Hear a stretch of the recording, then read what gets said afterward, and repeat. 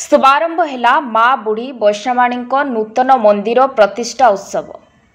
बालेश्वर सदर ब्लॉक अंतर्गत गेंगुटी ग्राम पंचायत पाछुड़िया ग्राम रे माँ बुढ़ी वैष्णवाणी नूतन मंदिर प्रतिष्ठा उत्सव शुभारंभ होइछि। 11 रु 14 तारीख पर्यंत अर्थात 4 दिन व्यापी चलिबाकु थिबा उत्सव कार्यक्रम रे प्रथम दिवस रे कलश यात्रा, द्वितीय दिवस रे मंदिर प्रतिष्ठा और माँकर आस्थान विजय, तृतीय दिवस रे नाम संकीर्तन, चतुर्थ तथा अंतिम दिवस रे पूर्णाहुति और संक्रांति पालन कराजिबार स्थिर करा जायछि। ए अवसर रे आज प्रथम दिवस रे शताधिक हविष्यली महिला कलश यात्रा रे सामिल होई ग्राम परिभ्रमण करिबा परे ग्राम रे थिबा पुष्करणी रु कलश बुड़ाई मंदिर प्रांगण रे पहुंचिथिले। भजन कीर्तन रे समग्र अंचल प्रकंपित होई उठुतिला।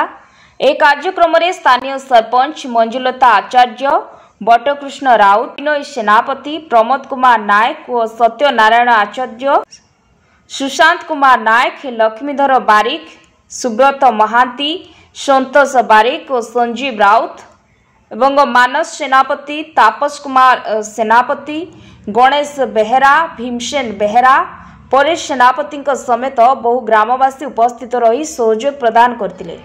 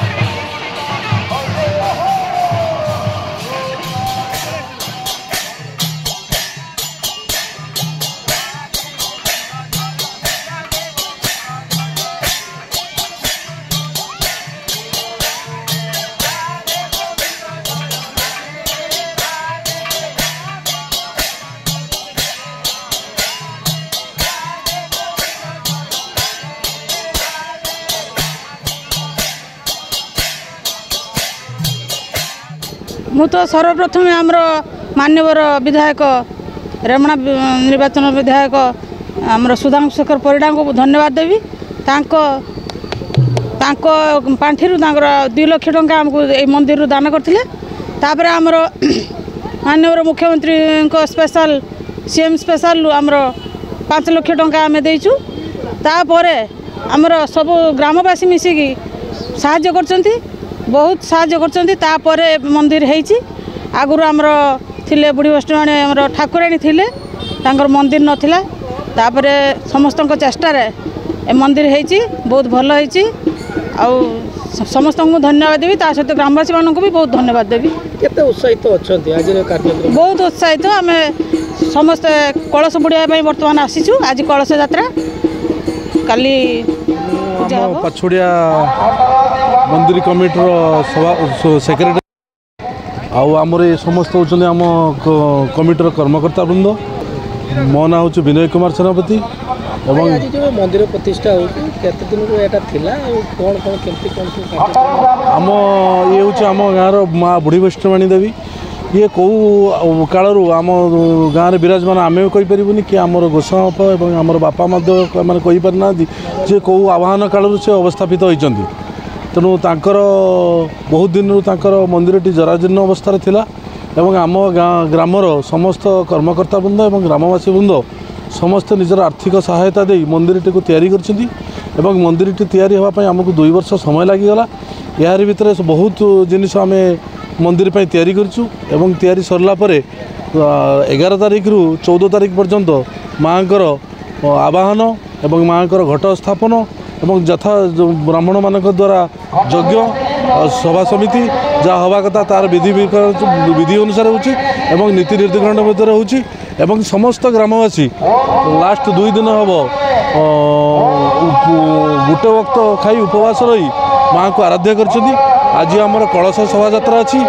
काली माँ को हूँ प्रतिष्ठा प्राण प्रतिष्ठा एवं मंदिर प्रतिष्ठा एवं हूँ होम यज्ञ हम एवं माँ को प्रसाद सेवन हम एवं ये प्रसाद सेवन पर आम पाखापाखि 5 खंड गाँव समस्त अतिथि एवं समस्त ग्रामवासी मंदिर को निमंत्रण करूँ माँ को प्रसाद लाभ करने एवं तांकर आशीर्वाद लाभ करने एवं संध्या बेले भजन संध्या अच्छी एवं आमर 13 तारिख दिन मांगलिक कार्यक्रम अच्छी एवं 14 तारिख दिन समस्त वर्ष पड़ी माँ को पणा संक्रांति पणा बंटन एवं माँ को पूजा यथारीति अनुसार एवं संध्या बेले गोटे प्रसाद सेवन मध्य कार्यक्रम रही।